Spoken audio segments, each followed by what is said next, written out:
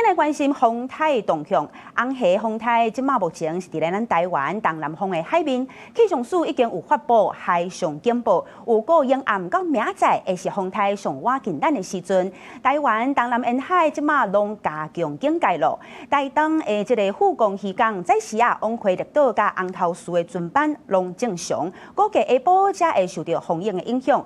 因為目前這風有豆豆咧變強，農民嘛攏提早做準備。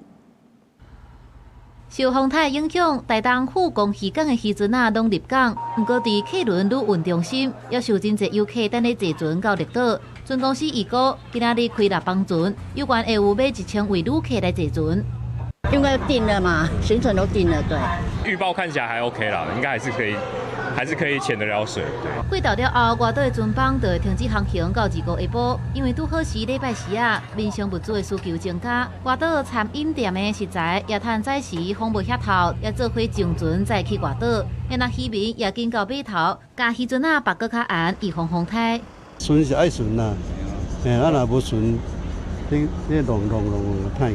農作物的部分，台東農改場呼籲農民要注意排水，甲固定果子樹。黃金果當要開始收成，農民這時就趕緊甲果子樹固定，減少損失。就是要台風要來的時候，要先給它固定，因為倒了有時候會死掉。